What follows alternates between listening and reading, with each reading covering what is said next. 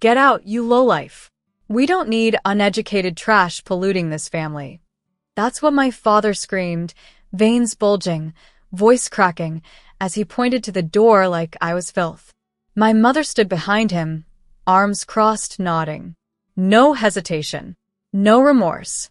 My name is Camille, and from wherever you're watching this, stay with me. Has your own blood ever spat on your dreams, only to beg at the feet of the future they never believed you'd build? It was supposed to be a casual dinner, a rare visit back home just to check in, but it turned into a firing squad. I was sitting at the table, still in my jeans and sandals, trying to explain what I'd been working on. Tech ventures, real estate partnerships, startup equity plays. Not that they cared. You never finished college, my dad snapped.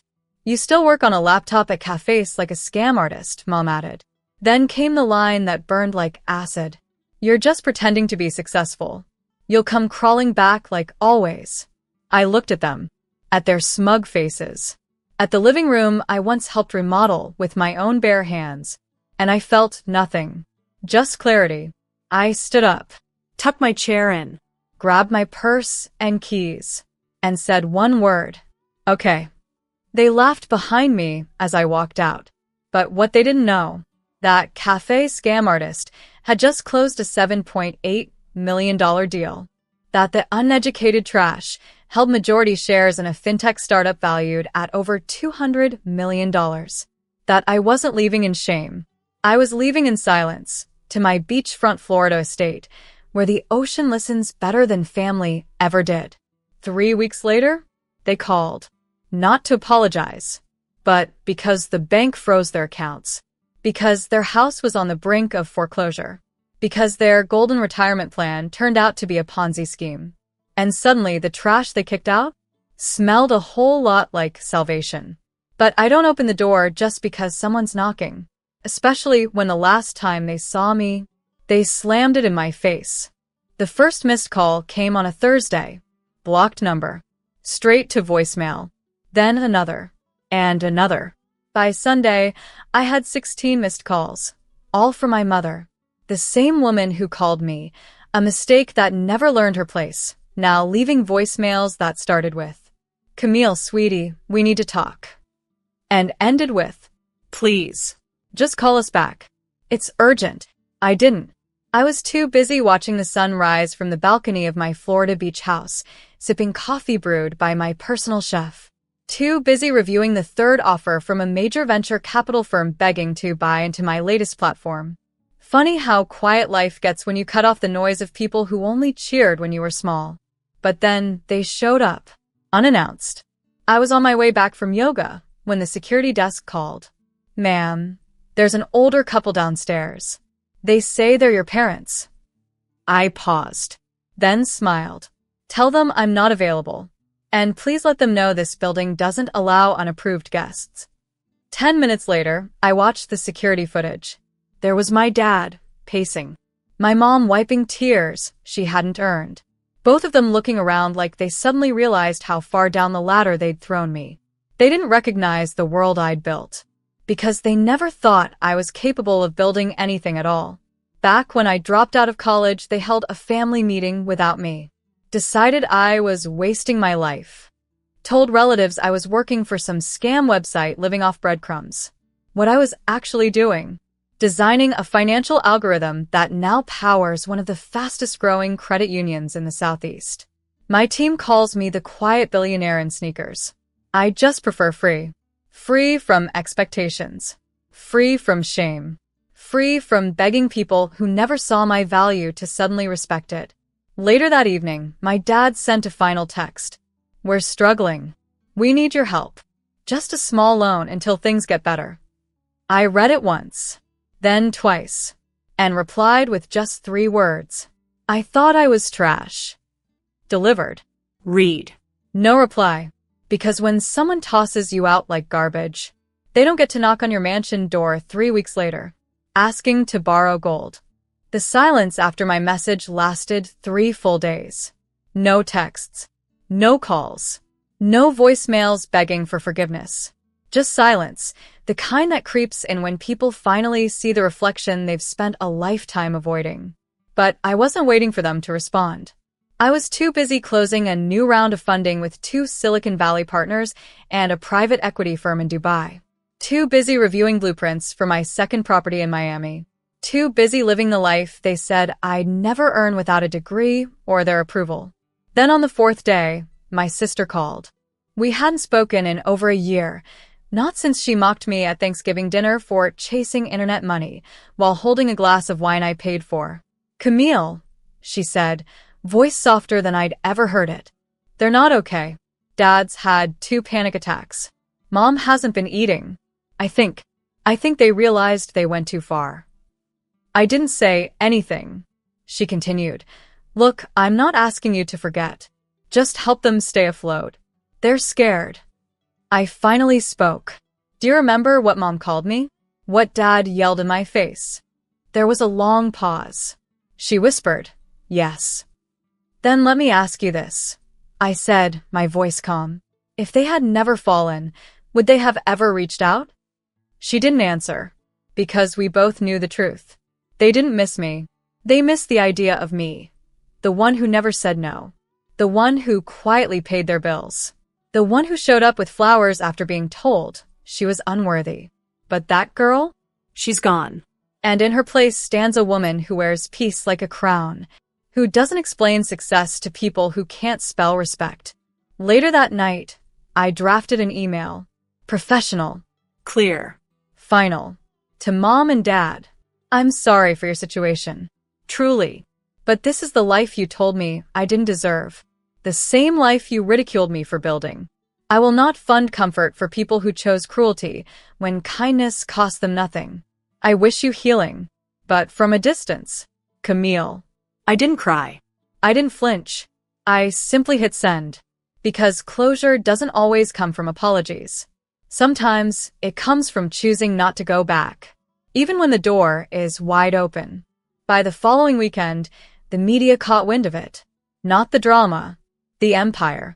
An article dropped in a major business magazine. From college dropout to fintech queen, Camille R. built a $45 million fortune from scratch. There was a photo. Me on the balcony of my beach house, barefoot, wind in my hair, holding a coffee mug that said self-funded. The story hit like wildfire. Within hours, old classmates messaged me, former bosses, even 2 ex-boyfriends who always believed in me suddenly wanted to grab coffee. And yes, my parents saw it. I know because my sister screenshotted their group chat. Mom had written, "She's embarrassing us publicly. This is unnecessary." Dad replied, "She's doing this for attention." Always was a performer. There it was. Even now, after all their cruelty, after seeing the world applaud the daughter they tossed aside, they couldn't bring themselves to say one word. Proud. But I didn't need it anymore. Because the world didn't validate me. I validated me. That Sunday evening, I hosted a small celebration. Just 10 people.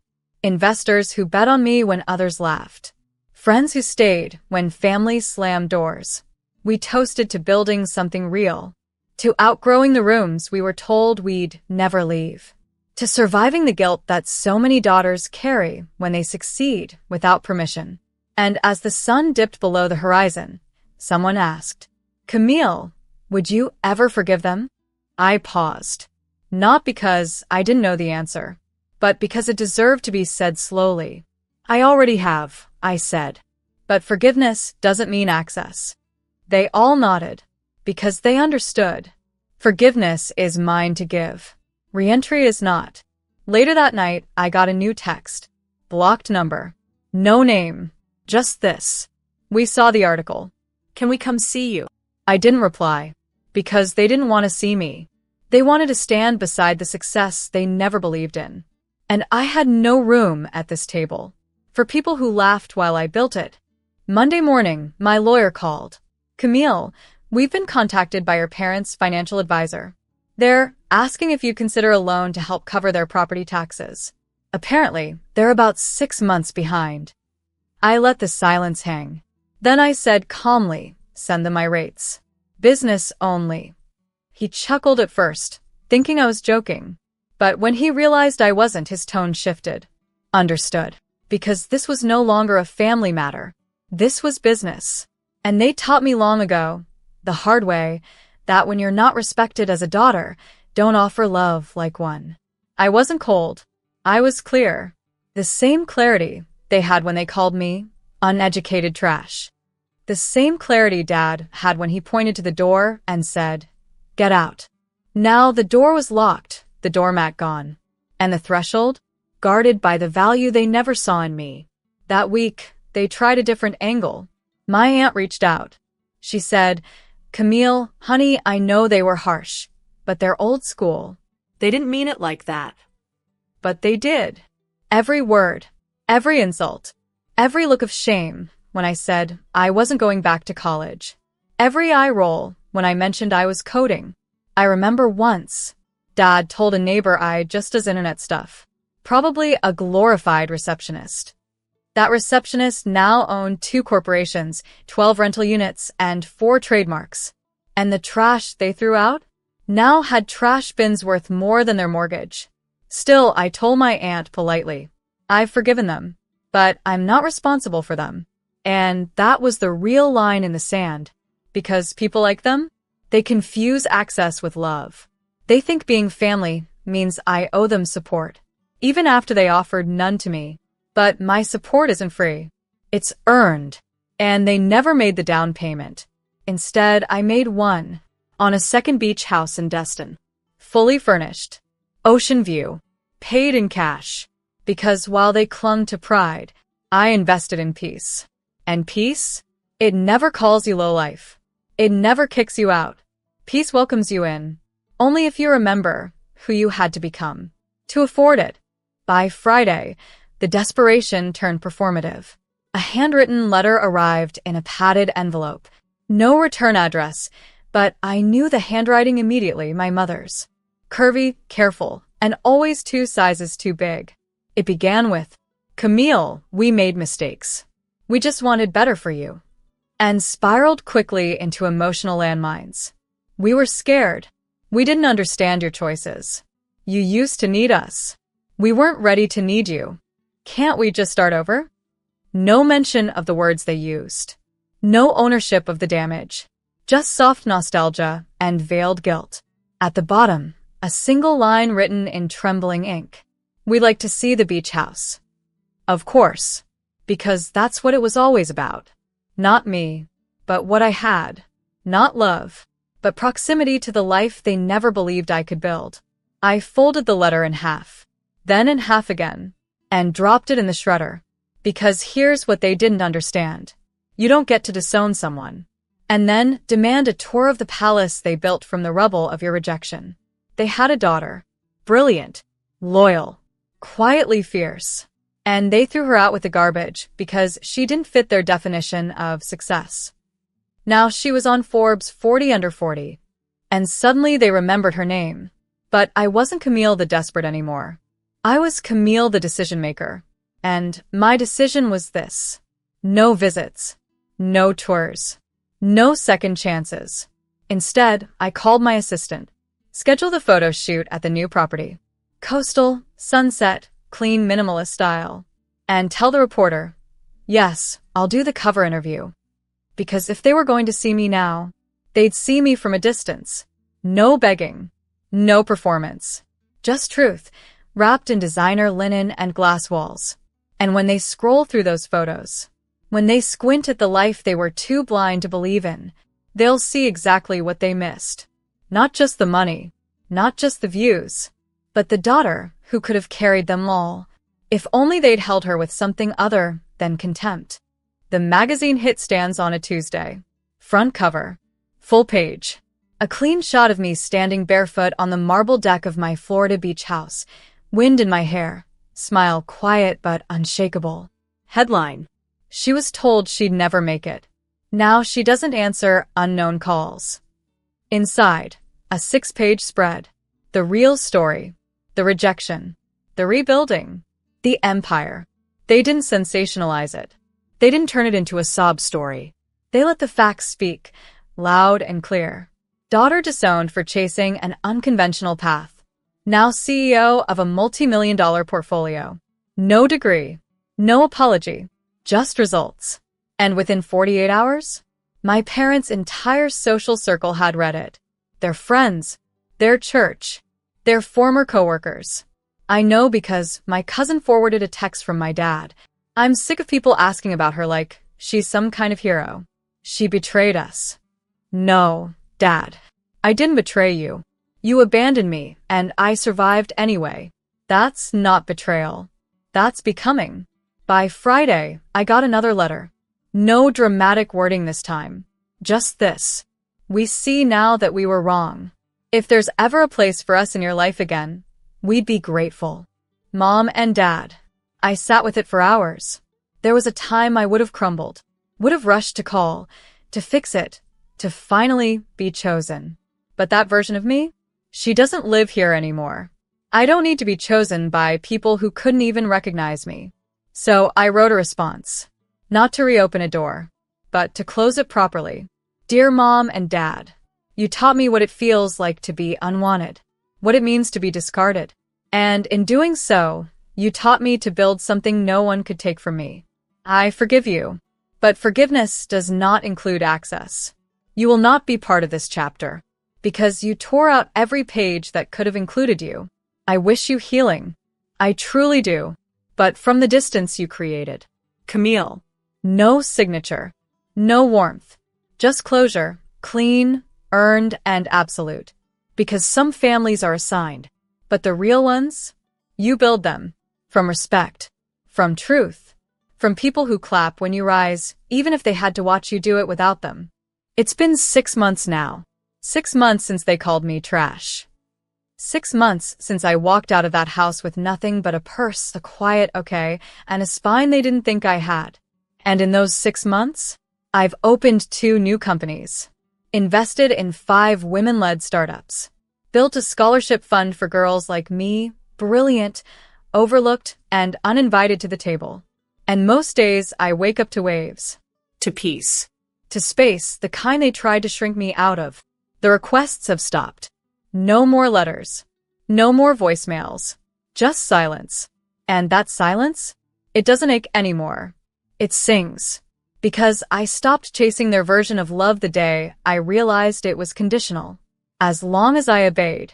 As long as I stayed small. As long as I never outgrew the story they wrote for me. But I outgrew it. I rewrote it. And now I don't need their seats at the table. I've built my own hall. With high ceilings, wide windows, and room only for those who saw me before the glow-up. People ask sometimes if I regret cutting them off. If I ever feel lonely. Here's what I say. Loneliness is living in a house where your voice doesn't matter. Peace is waking up in your own home, built with your own hands, where every corner whispers, you did this. So no, I don't regret leaving. They kicked me out thinking they were breaking me. What they didn't know, they were setting me free. And if they ever drive by this house, this quiet palace of soft light and louder legacy, they'll know that the daughter they once dismissed as a failure turned out to be the architect of everything they needed and everything they'll never have again.